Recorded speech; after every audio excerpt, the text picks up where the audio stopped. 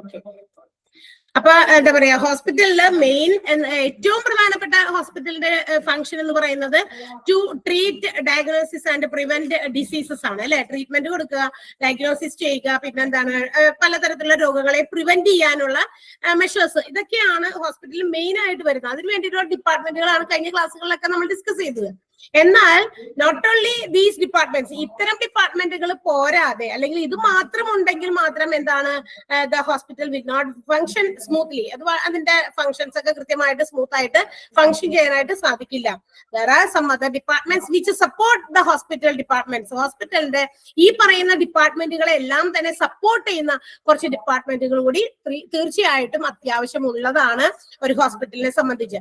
എന്നാൽ മാത്രമേ it will work smoothly, എന്നാൽ മാത്രമാണ് ഒരു ഹോസ്പിറ്റലിൽ വർക്ക് ചെയ്യുന്നത് സ്മൂത്ത് ആയിട്ട് വർക്ക് ചെയ്യുള്ളൂ, അല്ലെങ്കിൽ അതിന്റെ പ്രോപ്പർ ഫങ്ഷനിങ് നടക്കുന്നുള്ളൂ, അല്ലെങ്കിൽ കറക്റ്റ് ആയിട്ടുള്ള ട്രീറ്റ്മെന്റുകൾ നടക്കുന്നുള്ളൂ. ഇപ്പൊ ഡയഗ്നോസിസിന്റെ രീതിയിലായാലും ട്രീറ്റ്മെന്റിന്റെ രീതിയിലായാലും അവിടെ വന്നു പോകുന്ന പേഷ്യൻസ്, ബൈസ്റ്റാൻഡേഴ്സ്, വിസിറ്റേഴ്സ്, ഒത്തിരി ആളുകളുണ്ട്. ഇവർക്ക് കിട്ടേണ്ട കുറച്ച് ഫെസിലിറ്റീസ് ഒക്കെ ഉണ്ട് അല്ലെ. ഇപ്പൊ ഉദാഹരണത്തിന് ക്യാൻറ്റീൻ ഫെസിലിറ്റീസ്, അവർക്ക് ഫുഡ് അല്ലെ. അപ്പൊ ഇതൊക്കെ എല്ലാം തന്നെ ഹോസ്പിറ്റലിന്റെ സപ്പോർട്ടീവ് സിസ്റ്റത്തിന്റെ ഭാഗമാണ്. അപ്പൊ നമ്മൾ ഇനി ഡിസ്കസ് ചെയ്യാൻ പോകുന്നത് supportive departments of A hospital. ഹോസ്പിറ്റലിന്റെ പ്രധാനപ്പെട്ട സപ്പോർട്ടീവ് ഡിപ്പാർട്ട്മെന്റുകൾ ഏതൊക്കെയാണെന്നാണ്. സപ്പോർട്ടീവ് ഡിപ്പാർട്ട്മെന്റുകൾ ഏതൊക്കെയാ എഴുതിയിട്ടുണ്ടല്ലോ നോട്ടിലെ, ഒന്ന് വായിച്ചേ. ഏതൊക്കെയാണ് സപ്പോർട്ടീവ് ഡിപ്പാർട്ട്മെന്റുകൾ? വായിക്കാൻ പറ്റുമോ? ഇവിടെ ഉണ്ട്, സ്ക്രീനിലുണ്ട്, സ്ക്രീനിൽ നോക്കി വായിച്ചാൽ മതി. Clinical laboratories, clinical laboratories, radio diagnosis service, central sterilized supply department, hospital pharmacy, medical records, housekeeping, dietary service department, IT and communication, medical social service, physiotherapy, medical maintenance and engineering, purchasing department, material management അല്ലെ. അപ്പൊ ഇതൊക്കെയാണ് ഒരു ഹോസ്പിറ്റലിന്റെ എന്താ പറയാ diagnosis ട്രീറ്റ്മെന്റിനേക്കാൾ ഉപരി അതിനോടൊപ്പം തന്നെ അതിനെ സപ്പോർട്ട് ചെയ്യാൻ, ഇത്തരം ഡിപ്പാർട്ട്മെന്റുകളെ സപ്പോർട്ട് ചെയ്യാൻ വേണ്ടിയിട്ടുള്ള ഡിപ്പാർട്ട്മെന്റുകളാണ് ഇപ്പൊ എഴുതി വെച്ചിരിക്കുന്നത്. Clinical laboratories, radio diagnosis services, central sterile supply department that is CSSD, ഹോസ്പിറ്റലിന്റെ ഫാർമസി, മെഡിക്കൽ റെക്കോർഡുകൾ, house keeping, dietary service department, IT and communication, MSW അതായത് medical social service, physiotherapy, medical maintenance and engineering, then purchasing department അല്ലെങ്കിൽ material management. ഇത്തരം ഡിപ്പാർട്ട്മെന്റുകളും ഒരു ഹോസ്പിറ്റലിൽ കൂടിയേ തീരും. അല്ലെങ്കിൽ ദ ഹോസ്പിറ്റൽസ് മറ്റ് ഡിപ്പാർട്ട്മെന്റുകളൊന്നും പ്രോപ്പറായിട്ട് ഫംഗ്ഷൻ ചെയ്യണമെന്ന് നിർബന്ധമില്ല. അപ്പൊ ഇതൊക്കെ സപ്പോർട്ടീവായിട്ട് ഉണ്ടായാൽ മാത്രമേ കറക്റ്റ് ആയിട്ട് ബാക്കി കാര്യങ്ങളൊക്കെ നടക്കുകയുള്ളൂ. അപ്പൊ നമുക്ക് നോക്കാം ഇനി ഈച്ച് ആൻഡ് എവറി ഈ പറയുന്ന ഡിപ്പാർട്ട്മെന്റുകൾ എന്തൊക്കെയാണ് ചെയ്യുന്നത്. ഓരോന്നിനെ കുറിച്ച് നമുക്ക് വളരെ ഡീറ്റെയിൽഡ് ആയിട്ട് ഓരോ ഡിപ്പാർട്ട്മെന്റ് നമുക്ക് എങ്ങനെയാണെന്നൊന്ന് പരിചയപ്പെടാം. ഒന്നാമത്തേതാണ് ക്ലിനിക്കൽ ലബോറട്ടറീസ് എന്ന് പറയുന്നത്. എന്താണ് ക്ലിനിക്കൽ ലബോറട്ടറി? ഒറ്റ സെന്റൻസ് ആയിട്ട് പറഞ്ഞു കഴിഞ്ഞാൽ എന്താണ് ക്ലിനിക്കൽ ലബോറട്ടറി എന്ന് പറയുന്നത്?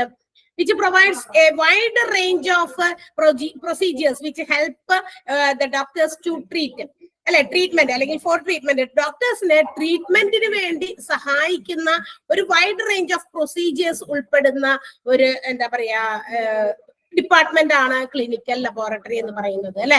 അതായത് ട്രീറ്റ്മെന്റിന് മുമ്പ് ഇപ്പൊ എന്തെങ്കിലും ഒരു അസുഖം വന്നു, കുറച്ച് പ്രാവശ്യമൊക്കെ അപ്പൊ ആദ്യം എന്തെങ്കിലും ഒരു പനി വന്നു, നമ്മൾ ഹോസ്പിറ്റലിൽ പോകുന്നു, സാധാരണ പനിയാണെന്ന് വിചാരിച്ച് ഡോക്ടേഴ്സ് എന്ത് ചെയ്യും, മെഡിസിൻസ് ഒക്കെ നമുക്ക് തന്നുവിടും. അപ്പൊ നമ്മൾ അത് കൊണ്ടുപോകുന്നു, കഴിക്കുന്നു, 2-3 ദിവസമൊക്കെ കഴിഞ്ഞിട്ട് കുറഞ്ഞില്ലെങ്കിൽ വരാൻ നമ്മളോട് ആവശ്യപ്പെടും.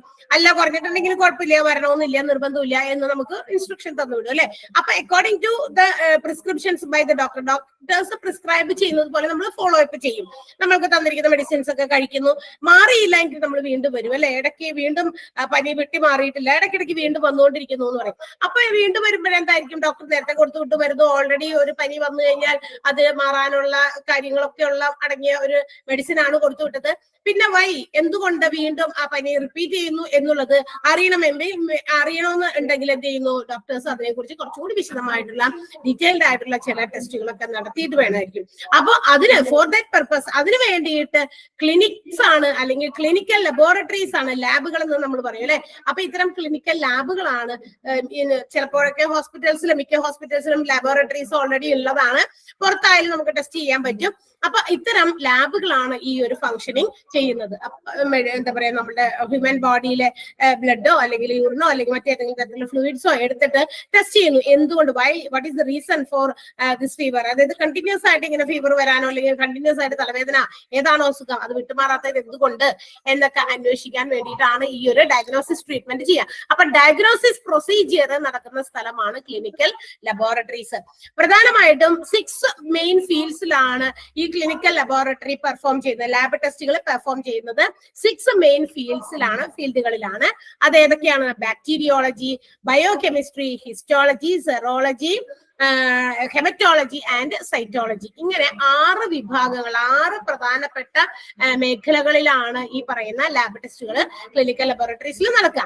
ഇത് ഓരോന്നിനും പ്രത്യേകം ഓരോ അസുഖങ്ങൾക്ക് ഏതൊക്കെ രീതിയിലുള്ള ടെസ്റ്റുകളാണ്, ബാക്ടീരിയോളജി ആണോ, ബയോകെമിസ്ട്രി ആണോ, അതുപോലെ തന്നെ ഹിസ്റ്റോളജി, സീറോളജി, ഹെമറ്റോളജി, സൈറ്റോളജി ഏത് വിഭാഗത്തിൽ പെട്ടതാണ് എന്ന് അത് according to the prescription of the ഫിസിഷ്യന്റെ പ്രിസ്ക്രിപ്ഷൻ അനുസരിച്ചിട്ടായിരിക്കും അത്തരം ടെസ്റ്റുകളൊക്കെ നടക്കുക. ഇനി assistant medical staff is making and confirming diagnosis, ഈ പറയുന്ന ഡയഗ്നോസിസ് നടത്തുകയും അല്ലെങ്കിൽ എന്ത് രോഗമാണ് എന്ന് കൺഫേം ചെയ്യാനും ആ ട്രീറ്റ്മെന്റിന്റെ ഫർദർ ട്രീറ്റ്മെന്റിന് നമ്മളുടെ ഡോക്ടറെ സഹായിക്കുന്ന ഫിസിഷ്യനെ സഹായിക്കാനും അതുപോലെ തന്നെ ഡിസീസിനെ പ്രിവെന്റ് ചെയ്യാനും ഒക്കെ മെഡിക്കൽ സ്റ്റാഫിന്റെ അസിസ്റ്റ് ആണ് എന്ത് ചെയ്യുന്നത്, ഇതിനെ അസിസ്റ്റ് ചെയ്യുന്നത്. ഈ മെഡിക്കൽ ലബോറട്ടറീസ് അല്ലെങ്കിൽ ക്ലിനിക്കൽ ലബോറട്ടറീസ് ആണ് ഇതിനു വേണ്ടിയിട്ട് ഡോക്ടേഴ്സിനെ അസിസ്റ്റ് ചെയ്യുന്നത്, ദാറ്റ് മീൻസ് ഹെൽപ്പ് ചെയ്യുന്നത്. അപ്പൊ ഇത്തരം ടെസ്റ്റുകളിലൂടെ, ലാബ് ടെസ്റ്റുകളിലൂടെ ആയിരിക്കും ഫിസിഷ്യൻസിന് ഇവര് ടെസ്റ്റ് എന്താ പറയാ റിസൾട്ട് കൊടുക്കുക. ഈ ടെസ്റ്റുകളൊക്കെ നടത്തി ഏതൊരു വിഭാഗത്തിലുള്ള ടെസ്റ്റുകളാണ് എന്ന് according to the prescription of the ഡോക്ടറിന്റെ പ്രിസ്ക്രിപ്ഷൻ അനുസരിച്ചിട്ടായിരിക്കും ടെസ്റ്റുകൾ നടത്തുക. അപ്പൊ മെയിൻ ആയിട്ട് 6 ഫീൽഡ് ഓഫ് ലാബ് ടെസ്റ്റുകളാണുള്ളത്. മറക്കണ്ട ഏതൊക്കെയാണെന്നുള്ളത്: bacteriology, biochemistry, histology, serology, haematology and cytology എന്ന് പറയുന്ന ഈ 6 മേഖലകളാണ്. ഓക്കെ, ഇതാണ് ക്ലിനിക്കൽ ലബോറട്ടറീസ് എന്ന് പറഞ്ഞാൽ. അപ്പൊ clinical ലബോറട്ടറീസിന്റെ main primary function is to make or to perform lab test according to the prescriptions of the physicians in main 6 fields ആണ്. 6 main ഫീൽഡുകളിലാണ്. 6 main ഫീൽഡുകൾ ഏതാണെന്ന് മറക്കണ്ട കേട്ടാ. അങ്ങനെ അത് ടെസ്റ്റ് ചെയ്തതിനു ശേഷം they assist the മെഡിക്കൽ സ്റ്റാഫ്സിനെ അവർ അസിസ്റ്റ് ചെയ്യാണ് അല്ലെങ്കിൽ ഹെൽപ്പ് ചെയ്യാണ്. ഈ പറയുന്ന ടെസ്റ്റുകളിലൂടെ എന്താണ് രോഗം എങ്ങനെ നമ്മൾ വന്നു, എന്താണ് അതിന്റെ കാരണങ്ങൾ, അതിന്റെ കോസസ് മറ്റൊക്കെ മനസ്സിലാക്കി അത് ഫർദർ ട്രീറ്റ്മെന്റിന് വേണ്ടിയിട്ടുള്ള, അത് മാത്രമല്ല ട്രീറ്റ്മെന്റ് എന്തിനു വേണ്ടിയിട്ട്, രോഗം മാറാൻ മാത്രമല്ല ഹൗ ടു പ്രിവെന്റ് ഇറ്റ്, അതെങ്ങനെ നമുക്ക് തടയാൻ പറ്റും എന്നുള്ള കാര്യങ്ങളും ഡിസിഷൻസ് ഒക്കെ എടുക്കുന്നത് ഈ ടെസ്റ്റിന് ശേഷമായിരിക്കും. നെക്സ്റ്റ് വൺ, സെക്കൻഡ് ഡിപ്പാർട്ട്മെന്റ് ആണ്, സപ്പോർട്ടീവ് ആയിട്ടുള്ള സെക്കൻഡ് ഡിപ്പാർട്ട്മെന്റ് ആണ് റേഡിയോളജി. എന്താണ് റേഡിയോളജി? ഇതും ഒരു ഫിസിഷ്യൻസിനെ അസിസ്റ്റ് ചെയ്യാൻ വേണ്ടിയിട്ടുള്ളത് തന്നെയാണ്, ഡോക്ടേഴ്സിനെ ഹെൽപ്പ് ചെയ്യാൻ വേണ്ടിയിട്ടാണ്. For the diagnosis and treatment of patients disease by the use of, നമ്മൾ നേരത്തെ ഓരോ ഡിപ്പാർട്ട്മെന്റുകൾ പഠിച്ചപ്പോൾ നമ്മൾ പറഞ്ഞിരുന്നു അല്ലെ. അപ്പൊ റേഡിയോ ഐസോട്ടോപ്സ്, അതായത് റേഡിയോഗ്രഫി പോലെയുള്ള ട്രീറ്റ്മെന്റുകൾ, ഇമേജിംഗ് ട്രീറ്റ്മെന്റുകളാണ്. അതായത് നമ്മുടെ ശരീരത്തിനകത്ത് ഇന്നർ പാർട്സിൽ, ഉള്ളിലേക്കുള്ള ഏതെങ്കിലും തരത്തിലുള്ള അസുഖങ്ങൾ കണ്ടെത്തുന്നതിന് വേണ്ടിയിട്ട്, ചിലപ്പോൾ പുറമേ നിന്ന് നോക്കിയാൽ നമുക്ക് മനസ്സിലാകാൻ പറ്റില്ല, ബ്ലഡോ മറ്റു ഫ്ലൂയിഡ്സോ അല്ലെങ്കിൽ യൂറിനോ ഒക്കെ എടുത്തിട്ടും ടെസ്റ്റിങ്ങിലൂടെ നമുക്ക് എന്തെങ്കിലും അസുഖം ഉണ്ടോ ഉള്ളിലെന്ന് അറിയാൻ പറ്റില്ല.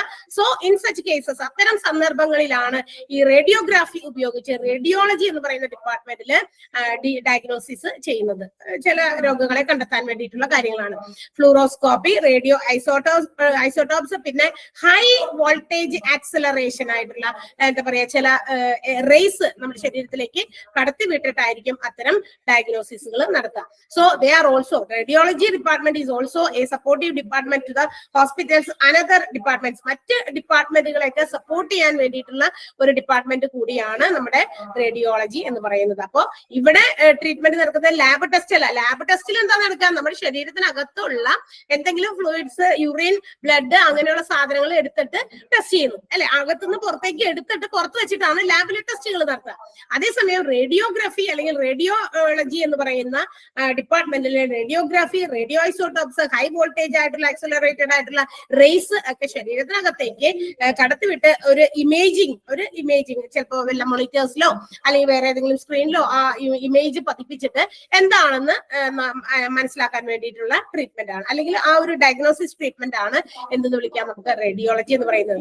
And hospitals use various diagnosis equipments, പലതരത്തിലുള്ള ഡയഗ്നോസിസിന് വേണ്ടിയിട്ടുള്ള ഡയഗ്നോസ്റ്റിക് എക്യുപ്മെന്റുകൾ ഹോസ്പിറ്റൽസ് യൂസ് ചെയ്യുന്നുണ്ട്. ഏതൊക്കെ എക്യുപ്മെന്റ്സിന്റെ പേരറിയാം നമുക്ക്? സാധാരണ ഹോസ്പിറ്റലിൽ ഉപയോഗിക്കുന്ന ഡയഗ്നോസ്റ്റിക് എക്യുപ്മെന്റുകൾ ഏതൊക്കെയാ? ഉപകരണങ്ങള് ഏതൊക്കെയാണ് കണ്ടിട്ടുണ്ടോ? നമ്മൾ സാധാരണ ചില അസുഖങ്ങളെ കണ്ടുപിടിക്കാനുള്ള ചില ടെസ്റ്റിംഗ് രീതികൾ, ശരീരത്തിന്റെ ആന്തരിക അവയവങ്ങൾക്കുണ്ടാകുന്ന ചില മാറ്റങ്ങളോ അല്ലെങ്കിൽ ഡിസീസസോ പുറത്തേക്ക് കണ്ടുപിടിക്കാൻ വേണ്ടിയിട്ടുള്ള മെഷീൻസ് ഉണ്ട്, ഒരുപാട് എക്യുപ്മെന്റുകൾ. ഏതൊക്കെയാണ്? എന്തെങ്കിലും മെഷീൻസിന്റെ പേര് അറിയാമോ? ഏതെങ്കിലും മെഷീൻസ് നമ്മൾ സാധാരണ ഹോസ്പിറ്റലിൽ പോകുമ്പോൾ ഇങ്ങനെയുള്ള ഏതെങ്കിലുമൊക്കെ മെഷീൻസ് ഒക്കെ നമ്മളിലും യൂസ് ഉണ്ടാവില്ലേ? അറിയോ പേര് എന്തെങ്കിലും? പോയാ ജലജ? ഹലോ,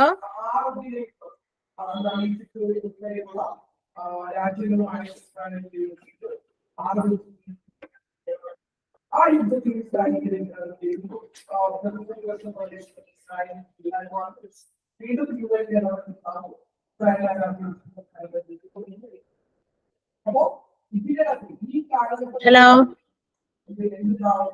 ഈ രണ്ട് വിഭാഗങ്ങൾക്ക് വളരെ തീവ്രമായ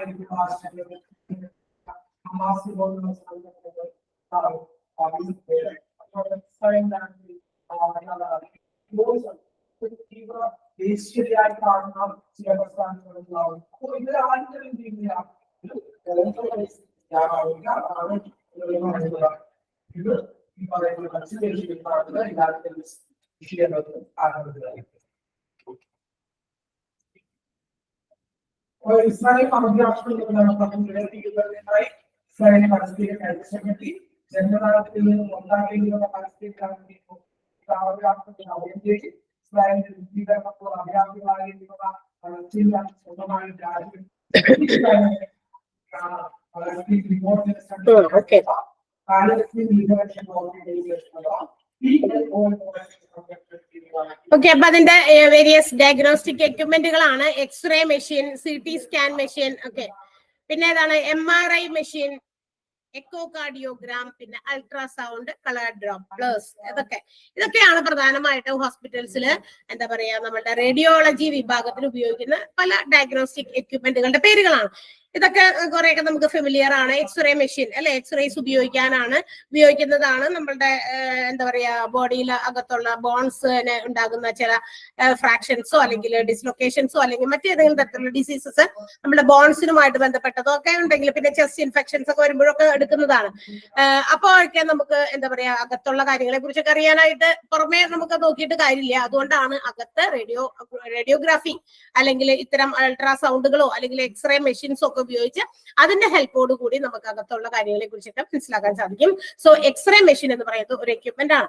CT സ്കാൻ മെഷീൻ നമ്മുടെ ബോഡിയിൽ ഉണ്ടാകുന്ന ഏതെങ്കിലും പാർട്സിൽ ഉണ്ടാകുന്ന കാര്യങ്ങളെ കുറിച്ചിട്ടുള്ള പ്രോബ്ലംസ് എന്തെങ്കിലുമൊക്കെ, ഇപ്പൊ തലവേദനയൊക്കെ ഒരു നിരന്തരം ഒരു എന്താ പറയാ മാറാതൊക്കെ വരുമ്പോ തലയുടെയൊക്കെ സ്കാനിങ് എന്ന് പറയുന്ന മെഷീൻ ഉണ്ട്. അതിന് വേണ്ടിയിട്ട് അപ്പൊ സ്കാൻ ചെയ്തിട്ട് ആ മെഷീനിലൂടെ കാര്യങ്ങൾ മനസ്സിലാക്കുന്നു. MRI മെഷീൻ ഉണ്ട്. MRI ഫുൾ ബോഡിയിൽ ഉണ്ടാകുന്ന ചെക്കപ്പിന് വേണ്ടിയിട്ടുള്ളതാണ്. എക്കോ കാർഡിയോഗ്രാം നമുക്കറിയാം. എക്കോ കാർഡിയോഗ്രാമും ഇതുപോലെ തന്നെ നമ്മുടെ എന്താ പറയാ ചെസ്റ്റ് റിലേറ്റഡ് ആയിട്ടുള്ള നമുക്ക് ഹാർട്ടുമായിട്ട് ബന്ധപ്പെട്ടിട്ടുള്ള കാര്യങ്ങൾക്കൊക്കെ വേണ്ടിയിട്ട് ഉപയോഗിക്കുന്നതാണ് അല്ലെ. Ultrasound to examine the heart problems ഒക്കെ മനസ്സിലാക്കാൻ വേണ്ടിയിട്ടുള്ള ഒരു മെഷീനാണ് അത് എക്കോ കാർഡിയോഗ്രാം. പിന്നെ അൾട്രാസൗണ്ട് കളർ ഡോപ്ലർ എന്ന് പറയുന്നതുണ്ട്. അതും ഒരു എളുപ്പം നമുക്ക് കാര്യങ്ങൾ മനസ്സിലാക്കാൻ ഡോക്ടേഴ്സ് ഇന്ന് dopplers ultrasound which has doctors to what is going inside നമ്മളുടെ ബോഡിക്ക് അകത്ത് എന്തൊക്കെ സംഭവിക്കുന്നു. ഇപ്പോ ഈ അൾട്രാസൗണ്ട് ഡോപ്ലർ എന്ന് പറയുന്നത് it's not harmful to our body, ഹെൽത്തിന് അല്ലെങ്കിൽ ബോഡിക്ക് ഹാംഫുൾ ആകാത്ത രീതിയിൽ. ഇപ്പൊ ഈ എക്സ്റേ മെഷീന് അതുപോലെ MRI സ്കാൻ ഒക്കെ അതിനകത്തുനിന്ന് ഒരുപാട് റേസ് പുറപ്പെടുന്നുണ്ട്, രശ്മികളെ. അപ്പൊ അതൊക്കെ കുറെ ഒരു പരിധിയിൽ അധികമായി കഴിഞ്ഞാൽ അത് നമുക്ക് നമ്മുടെ ശരീരത്തിന് ഹാംഫുൾ ആണ്. എന്നാൽ ഹാംഫുൾ ആകാത്ത രീതിയിൽ, അതായത് നമുക്ക് നമ്മുടെ ശരീരത്തെ ഹാം ചെയ്യാത്ത രീതിയിൽ ഒരു സൗണ്ടിലൂടെ, അതായത് നമ്മുടെ ബോഡിക്ക് അകത്തേക്ക് ഒരു അൾട്രാസൗണ്ട് കടത്തി വിട്ടിട്ട് without using x-rays and injections, എക്സ്റേസോ ഇഞ്ചക്ഷൻസോ ഒന്നും ഉപയോഗിക്കാതെ ആ ശരീരത്തിനകത്ത് വാട്ട് ഈസ് ഗോയിങ് ഓൺ എന്ന് മനസ്സിലാക്കാൻ വേണ്ടിയിട്ട് ഡോക്ടേഴ്സ് ഉപയോഗിക്കുന്ന ഒരു ഉപാധിയാണ്, ഒരു ടെക്നിക്കാണ് അൾട്രാസൗണ്ട് കളർ ഡോപ്ലർ എന്ന് പറയുന്നത്. അപ്പൊ these are the various diagnostic equipments used by the doctors or physicians to see what is going inside our body. നമ്മുടെ ശരീരത്തിനകത്തുണ്ടാകുന്ന ചില കാര്യങ്ങൾ മനസ്സിലാക്കാൻ വേണ്ടിയിട്ടാണ്. So they can find what is the further treatment for it. അതിനുള്ള അടുത്ത ചികിത്സാ രീതി എന്ത് നടപ്പിലാക്കണം. ഇപ്പൊ ചില കാര്യങ്ങൾ ഇങ്ങനെയുള്ള ടെസ്റ്റിങ്ങിലേക്ക് പോകുന്നത് എപ്പോഴാ, നമ്മൾ ഏതെങ്കിലും ഒരു തരത്തിലുള്ള രോഗങ്ങൾ മാറാതെ വരുമ്പോഴാണ്. ഒരു രോഗം നമുക്ക് വന്നിട്ട് അത് മാറാതെ വീണ്ടും വീണ്ടും നമ്മളെ ശല്യം ചെയ്യുമ്പോഴാണ് നമ്മൾ ഇത്തരം ട്രീറ്റ്മെന്റിലേക്ക്, ഇത്തരം ഡയഗ്നോസിസ് ട്രീറ്റ്മെന്റുകളിലേക്ക് പോകുക. അത് ചിലപ്പോൾ ആദ്യം ക്ലിനിക്കൽ ലബോറട്ടറീസിൽ ഉള്ള ടെസ്റ്റുകളായിരിക്കാം, അതിനുശേഷം ചിലപ്പോൾ അതല്ല, അതും പോരായ്മ വന്നു, അപ്പൊ നമുക്ക് ചിലപ്പോൾ ഈ പറയുന്ന റേഡിയോളജി എന്ന് പറയുന്ന ഡിപ്പാർട്ട്മെന്റിലായിരിക്കും നമുക്ക് ഇതിന് എന്താ പറയാ ഡയഗ്നോസിസ് ട്രീറ്റ്മെന്റുകൾ നടത്തേണ്ടി വരിക. അപ്പോൾ ഈ മെഷീൻസിന്റെ പേര് മറക്കണ്ട: X-ray, CT scan machine, MRI scan, echocardiogram, ultrasound, colour Doppler. ഇതൊക്കെ എന്താണെന്ന് നമുക്ക് എഴുതാം, ലാസ്റ്റ് ചെയ്താട്ടോ കുറച്ച് ടോപ്പിക് എടുത്തു കഴിഞ്ഞിട്ട്.